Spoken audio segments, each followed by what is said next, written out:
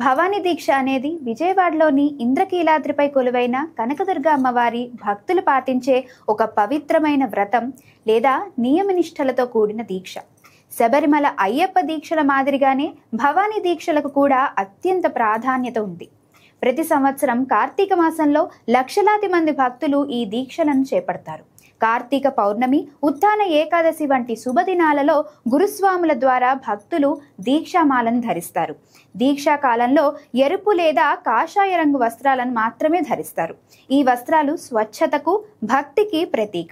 భవానీ దీక్ష సమయంలో పాటించాల్సిన నియమాలేంటో ఇప్పుడు తెలుసుకుందాం. ప్రతిరోజు ఉదయాన్నే చన్నీటితో స్నానం చేసి శుభ్రంగా ఉంటారు. సాత్విక ఆహారాన్ని మాత్రమే తీసుకుంటారు. మాంసాహారం, ఉల్లి, వెల్లుల్లి వంటివి పూర్తిగా త్యజిస్తారు. ఈ కాలంలో క్షవరం చేయించుకోవడం, గోర్లు తీయడం వంటి వాటికి దూరంగా ఉంటారు.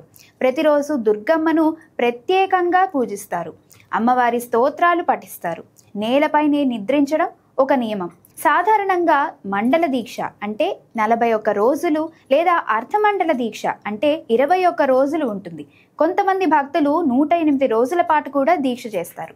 దీక్షా కాలం ముగిశాక భక్తులు ఇంద్రకీలాద్రికి చేరుకొని ఇరుముడి సమర్పించి పవిత్ర కృష్ణానదిలో స్నానం చేసి దీక్షను విరమిస్తారు. మరింత విలువైన ఆధ్యాత్మిక సమాచారం కోసం భక్తి టీవీని సబ్స్క్రైబ్ చేసుకోండి.